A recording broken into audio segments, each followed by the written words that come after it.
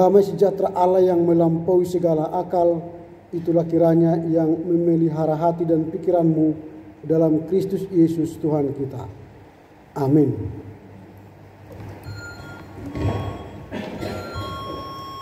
Firman Tuhan yang akan menjadi khotbah dalam Minggu Trinitatis yang kedua ini tertulis dalam kitab Keluaran pasal 19 ayat 1 sampai ayat 8. Demikian tertulis, Tuhan menampakkan diri di Gunung Sinai pada tanggal 1 di bulan ketiga setelah orang Israel keluar dari tanah Mesir. Mereka tiba di padang gurun Sinai. Setelah mereka berangkat dari Rafidim, mereka tiba di padang gurun Sinai, lalu berkemah di padang gurun itu. Di sana orang Israel berkemah di depan gunung itu. Lalu Musa naik menghadap Allah dan Tuhan berseru dari gunung itu kepadanya, "Beginilah kau katakan kepada keturunan Yakub dan kau beritakan kepada bangsa Israel, kamu sendiri telah melihat apa yang kulakukan kepada orang Mesir, dan bagaimana aku mengangkat kamu di atas sayap Raja Wali dan membawa kamu kepadaku. Jadi sekarang jika kamu sungguh-sungguh mendengar firmanku dan berpegang pada perjanjianku, kamu akan menjadi milik kesayanganku dari antara segala bangsa, sebab seluruh bumi adalah milikku. Kamu akan menjadi kerajaan imam dan bangsa yang kudus bagiku. Inilah semua firman yang harus kau katakan kepada orang Israel." Lalu Musa datang dan memanggil tua-tua bangsa, lalu menyampaikan ke hadapan mereka segala firman yang diperintahkan Tuhan kepadanya. Seluruh bangsa itu menjawab bersama-sama, "Segala yang difirmankan Tuhan akan kami lakukan." Lalu Musa menyampaikan jawaban bangsa itu kepada Tuhan. Demikian firman Tuhan. Kita menyambut dengan nyanyian.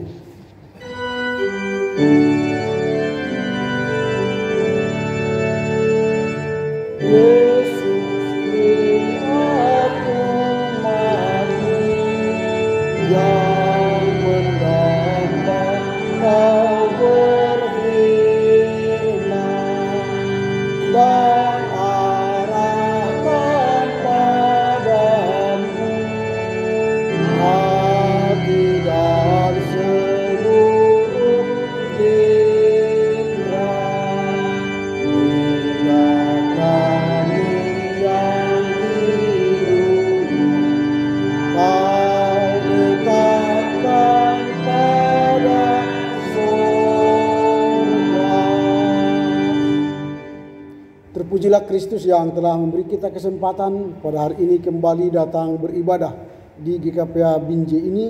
Setelah 1 minggu kita melewati tugas pengabdian kita di tengah keluarga, gereja, dan masyarakat. Ada banyak hal yang telah kita terima, baik suka maupun duka. Tapi sejenak kita beristirahat, hendak mendengar firman Tuhan yang menjadi bekal iman kita memasuki minggu-minggu yang baru ke hari depan. Pada minggu kedua setelah Trinitatis ini kita akan membahas tema setia melakukan firman Tuhan. Setia melakukan firman Tuhan. Sebelum saya urai khotbah ini, saya tadi terkesan dengan Napo Sebulung sudah ada melakukan kegiatan, aktivitas atau kor pujian di GKPA Binjai. Ini sebuah perkembangan, sebuah kemajuan yang perlu diteruskan sehingga nanti Napo Sebulung GKPA Binjai ini bisa ambil bagian terus dalam pelayanan. Nah, sudah tampak keunggulan GKPA Binjai dari Napo Sebulung. Ini luar biasa. Karena itu semangat terus Napo Sebulung, tingkatkan sehingga nanti kalian bisa menjadi penerus GKPA di tahun atau di masa yang akan datang. Pada tahun 2031 bonus demografi pemimpin di negara ini adalah para pemuda dan termasuk di gereja. Karena pada tahun 2031 nanti yang paling banyak di dunia termasuk di Indonesia ialah pemuda. Jadi pemuda yang akan pemain. Jadi kita orang-orang tua akan menjadi penasehat lah bagi para pemuda. Karena itu siapkan dirimu pemuda GKPA sekarang menjadi pemimpin di masa depan. Menjadi gereja yang unggul melayani di masa depan. Jadi kalau masa muda sekarang tidak diisi dengan kegiatan yang baik, maka bonus demografi 2031 tidak milik kita. Jadi milik orang lain. Karenanya bersiaplah semua pemuda GKPA supaya kalian menjadi orang sukses di 2031. Di mana pada saat itu saya katakan Indonesia dipenuhi para pemuda. Umbahatamma akan aposo bulung tahun ini daripada nama Tobang. Ini bonus demografi yang sudah dikumandangkan. Dan Jokowi juga sudah menyampaikan itu. Karena itu mari berjuang GKPA. Meraih kesempatan itu membangun tubuh Kristus di GKPA. Setia melakukan firman Tuhan. Ini minggu kedua setelah Trinitatis kita akan membahas setia melakukan firman Tuhan.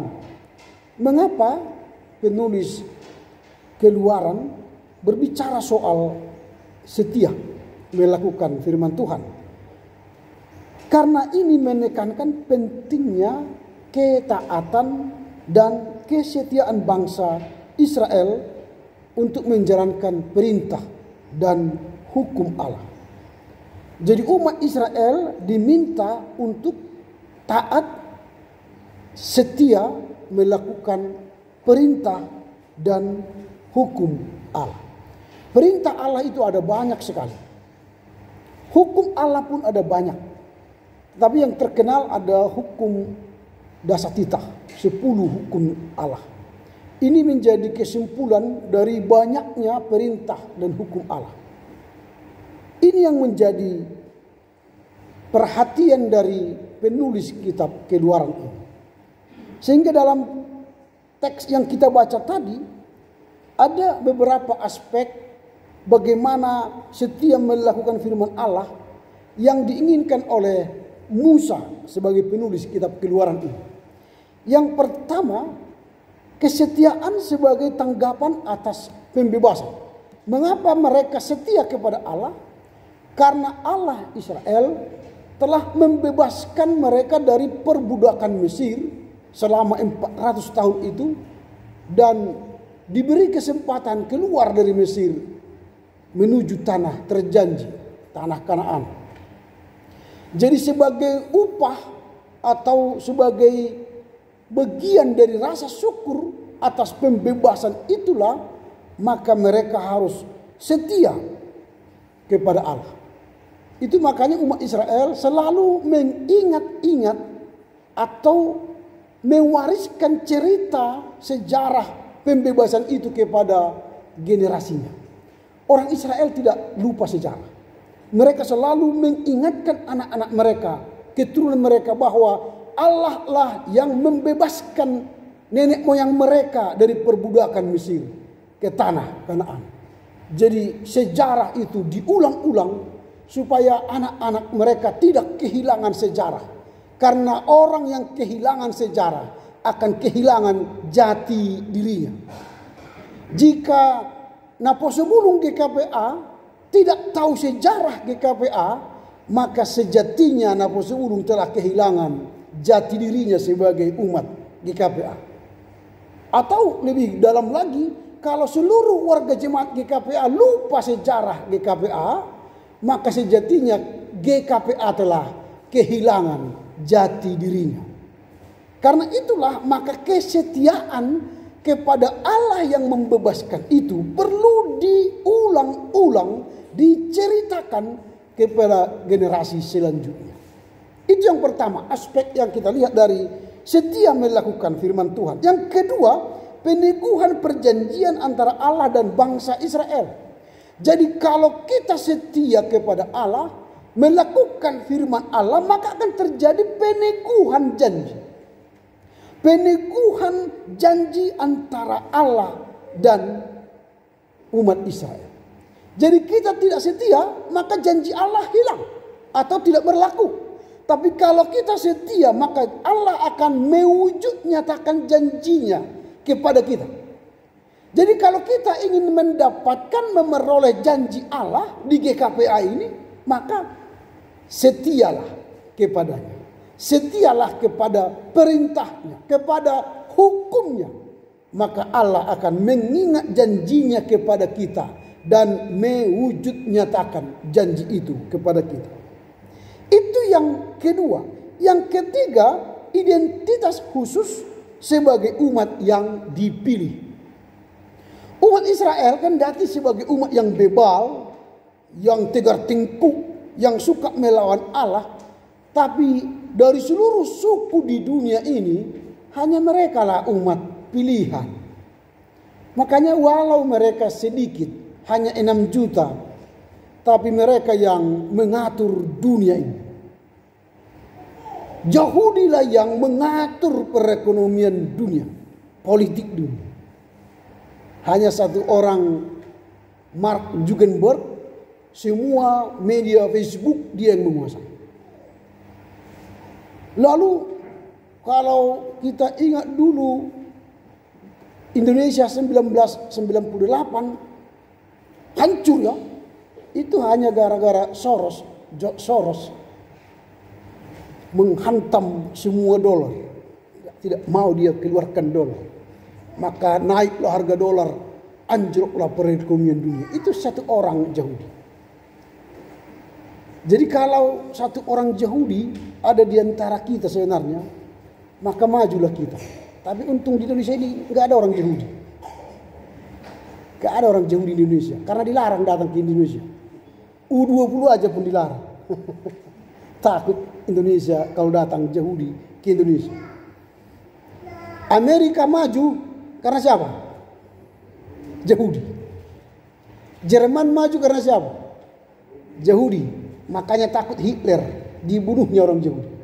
Takut dia nanti orang Yahudi yang menguasai Jerman. Dia bunuh, Holocaust. Afrika maju karena siapa? Yahudi. India maju karena siapa? Yahudi. Hanya Indonesia yang tidak ada orang Yahudi. Kayaknya agak terlambat kita. Tapi sifat orang Yahudi mungkin banyak di kita. Tegar tengkuk, bebal. Itu banyak. Apalagi orang Batak, juga rukung, juga lebaut, juga hati-hati. Itu tradisi orang Yahudi. Tapi ya tidak ada di GKPA Binjai itu. Ya, ada ya, ada banyak. Itu yang kedua, identitas khusus sebagai umat pilihan. Kalau kita sudah menjadi umat pilihan, maka Allah akan menyedengkan telinganya kepada kita. Kalau kita baca tadi ayat ini, luar biasa ini. Kalau kita baca ya ayat 5. Kita baca dulu ayat 5 bersama-sama. 3, 2, ya. Jadi sekarang jika kamu sungguh-sungguh mendengarkan firman-Ku dan berpegang pada perjanjianku, kamu akan menjadi milik kesayanganku dari antara segala bangsa-bangsa, sebab seluruh bumi adalah milikku. Jadi engkau menjadi milik kesayanganku. Jadi kalau kita ini sudah menjadi milik kesayangan Allah, jangan ragu, jangan takut. Seluruh kebutuhan kita Tuhan sudah sediakan. Kalau GKPA Binjai ini sudah menjadi milik kesayangan Allah, maka kita yakin GKPA Binjai ini akan unggul melayani dalam kebersamaan. Amin. GKPA. Sebelum apa serempak ya, karena belum terbiasa. GKPA. Ya, jadi kita harus unggul melayani sebagai identitas umat pilihan Allah. GKPA itu umat pilihan Allah, maka unggullah melayani. GKPA itu umat pilihan Allah, maka menjadi ama yang unggul melayani, istri yang unggul melayani, pendeta yang unggul melayani, sintua yang unggul melayani, jemaat yang unggul melayani. Kalau semua sudah unggul ini, nanti sudah ada napa sebelum markor, ina markor, korama minggu depan. Wah luar biasa ini. 2-3 orang pun gak apa-apa, pakai gitar gak apa-apa. Masuk unggul. Supaya ada isinya kaum ama panggil yang di luar sana. Beta marke kape apa? Asorak maren lehita. Lehita kan? Pio sada-sada. Supaya kita menjadi unggul. Itu yang ketiga. Yang keempat, kesaksian bagi dunia tentang karakter Allah. Jadi kalau kita setia kepada firman Allah, maka sebenarnya kita menjadi saksi tentang karakter Allah. Allah yang setia itu akan terlihat dari kehidupan kita sehari-hari. Bagaimana Allah setia? Berarti kita harus menunjukkan setia kepada pasangan kita di rumah. Setia kepada anak-anak kita. Anak-anak setia kepada orang tuanya. Anak-anak yang sedang belajar setia, belajar keras, bekerja keras. Jangan setelah terima raport kemarin dapat nilai 5 nangis dia. Disalahkannya bapak mamanya. Salah. Atau sebagai orang tua kita nilai rapor anak kita 5, kita salahkan anak kita. Salah. Yang salah itu siapa? Sama-sama. Karena kita suruh mereka belajar, kita menonton YouTube. Maka enggak nyambung. Kalau kita suruh mereka belajar, kita pun harus belajar. Ambil Alkitab, baca Alkitab, supaya dia lihat, oh bapakku, mamaku belajar. Maka dia pun rajin belajar. Ketika terima rapor dapat 10. Tapi kalau kita suruh belajar, kita nonton YouTube, akhirnya dia main TikTok. Akhirnya dia main Instagram. Tidak dapat ilmu. Masuk ujian, tidak bisa jawab. Terima rapor, dapat 5. Sama-sama lah. Yang disalahkan siapa? Kedua-duanya. Orang tuanya dan anaknya. Di zaman sekarang harus kita melakukan apa yang kita perintahkan. Supaya perintah itu sampai kepada orang yang kita perintah. Kalau tidak, karakter Allah itu tidak terlihat dalam kehidupan kita. Jadi kalau kita setia melakukan perintah Allah, maka kita menjadi saksi atas karakter Allah di mana kita ada. Itulah yang kita lihat dalam teks ini. Pertanyaan kita berikutnya ialah bagaimana cara kita supaya kita dapat melakukan firman Allah dalam kehidupan sehari-hari. Bagaimana cara kita? Kita pulang nanti dari sini, bagaimana caraku supaya aku menjadi jemaat GKPA yang mampu melakukan firman Allah. Cara yang pertama, kita harus mampu mendengar firman Tuhan. Tidak mungkin kita setia, tidak mungkin kita taat kalau kita tidak tahu apa yang harus kita taati. Berarti supaya kita taat, supaya kita setia, dengarkanlah pengajaran, dengarkanlah firman Tuhan. Maka rajinlah ke GKPA Binjai supaya mendengar firman Tuhan. Setelah mendengar firman Tuhan, taatilah firman yang kita dengar itu. Lakukanlah firman yang kita dengar itu. Maka itulah cara yang pertama. Harus mampu mendengar firman Tuhan.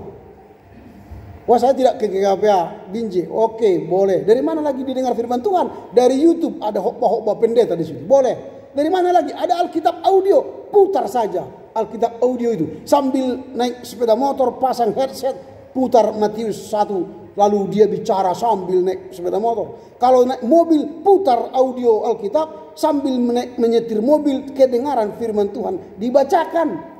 Pakai cara supaya firman itu masuk ke dalam hati kita. GKPA Medan Barat sekarang setiap pagi membuka renungan harian.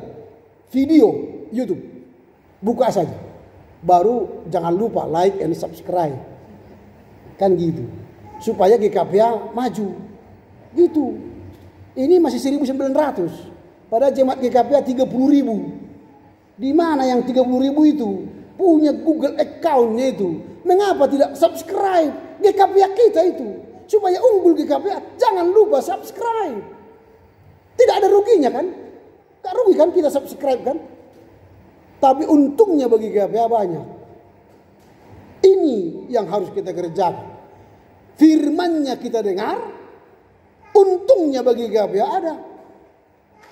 Kita mendengar perintah Tuhan, firman Tuhan, dapat berkat Tuhan, GKPA pun dapat berkat. Itu yang pertama. Yang kedua, mampu mematuhi perintahnya. Jangan hanya mendengar. Tadi Yakobus sudah dibacakan inang tadi kan. Janganlah kita hanya mendengar. Kalau hanya mendengar, kita penipu. Kalau hanya mendengar khotbah tapi tidak mau dilakukan, hanya mendengar firman tidak dilakukan, kita ini tuh penipu. Supaya jangan jadi penipu, jadilah pelaku firman. Itu dari Yakobus tadi. Jadi yang kedua yang kita lakukan supaya setia mendengar firman Tuhan ialah mampu mematuhi, melakukan perintah Tuhan. Lalu yang ketiga, kita harus mampu menjaga perjanjian Allah. Kalau Allah berjanji, aku akan memberkati engkau dan keturunanmu, aku akan memberkati anak-anakmu, jagalah perjanjian ini. Bagaimana caranya? Supaya Tuhan memberkati anak-anakku nanti kelak. Maka sekarang aku mengajari dia firman Tuhan, saya menyuruh dia sekolah minggu, saya mengajari dia berdoa, saya mengajari dia membaca kitab suci. Supaya apa? Nanti di masa depan, di bonus demografi itu, dia menjadi pemimpin dan orang sukses. Tidak mungkin tahun 2031 sukses kalau tidak pernah anak kita ajari baca kitab, menyanyikan lagu-lagu rohani, mendengar firman, nonsen itu. Tapi kalau anak kita, generasi GKPA menjadi generasi pemimpin masa depan, sekaranglah mengajari dia firman Tuhan. Menjaga perjanjian itu, menjaga janji Tuhan itu supaya nyata dengan usaha kerja keras kita sekarang. Itu yang ketiga. Yang keempat, kita harus menjadi saksi kasih dan pembebasan.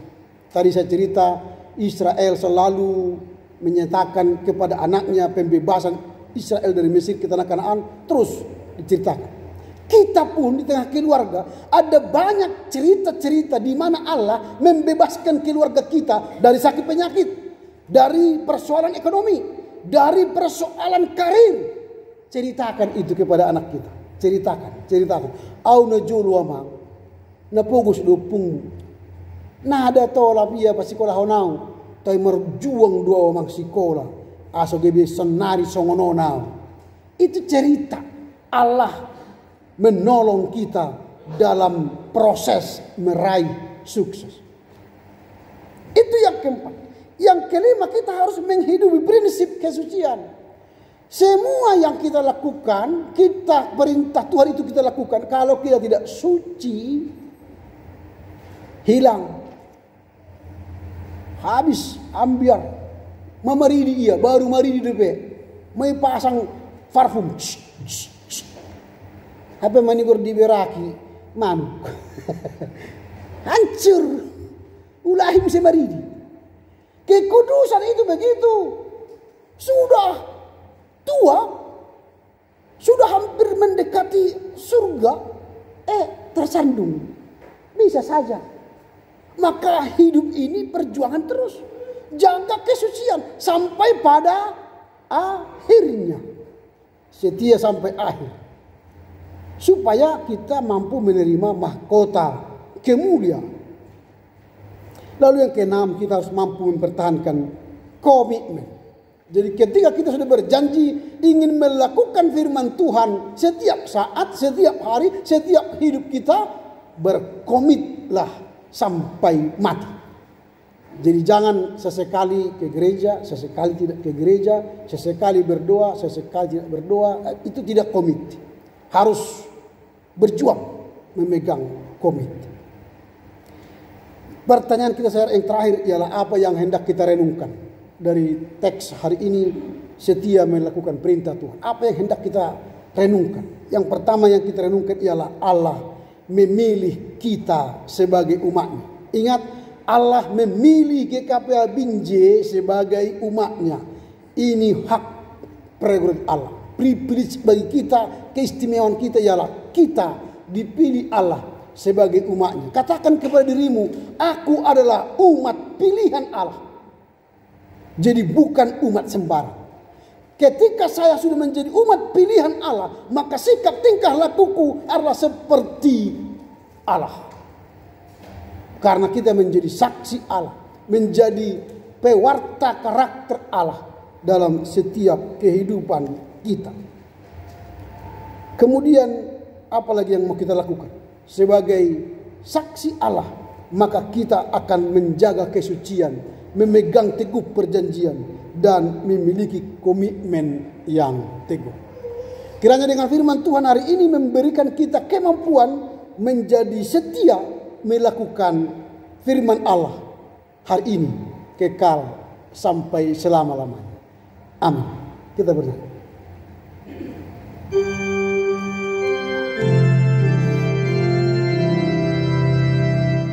Amin, amin, amin. Kami sungguh yakin dan padamu bersungguh dalam nama Putra-Mu. Terima kasih Bapa, karena kebaikan-Mu telah memberi kami pengajaran bahwa kami harus setia melakukan firman Tuhan.